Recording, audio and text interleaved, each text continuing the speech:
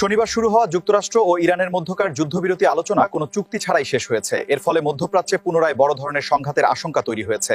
আলোচনা ব্যর্থ হওয়ায় ইরানের সব বন্দরে নৌ অবরোধ শুরু করেছে যুক্তরাষ্ট্র। এর ফলে বিশ্ববাজারে তেল সরবরাহ মারাত্মকভাবে ব্যাহত হওয়ার আশঙ্কা তৈরি হয়েছে। তেলবাহী রুট হরমুজ প্রণালী বর্তমানে প্রায় অচল। শিপিং কার্যক্রম 10% নেমে আসায় বিশ্বজুড়ে জ্বালানি তেলের দাম হু হু করে বাড়ছে। ব্রিটেনের দূরত্ব বজায় রাখার ঘোষণা, মার্কিন অবরোধে অংশ নেবে না ব্রিটেন। প্রধানমন্ত্রী কিয়ার স্টারমার জানিয়েছেন, যুক্তরাজ্য এই যুদ্ধে সরাসরি জড়িয়ে পড়তে চাইছে না। লেবাননে ইসরায়েলি হামলায় নিহতের সংখ্যা 2000 ছাড়িয়েছে। হিজবুল্লাহর সাথে সংঘাতের জেরে স্থিতি এখন পুরোপুরি নিয়ন্ত্রণের বাইরে। হাঙ্গেরিতে রাজনৈতিক পরিবর্তন, ভিক্টর অরবানকে হারিয়ে হাঙ্গেরির নতুন নেতা হচ্ছেন পিটার মাগুয়ার।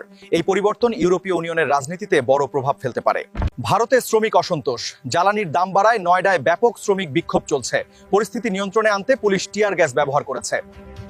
সুদানে বিপর্যয়, গৃহযুদ্ধ কবলিত সুদানে চরম খাদ্য সংকট দেখা দিয়েছে। এনজিওগুলোর রিপোর্ট অনুসারে বিশাল এক জনগোষ্ঠী দিনে মাত্র এক বেলা খেয়ে বেঁচে আছে।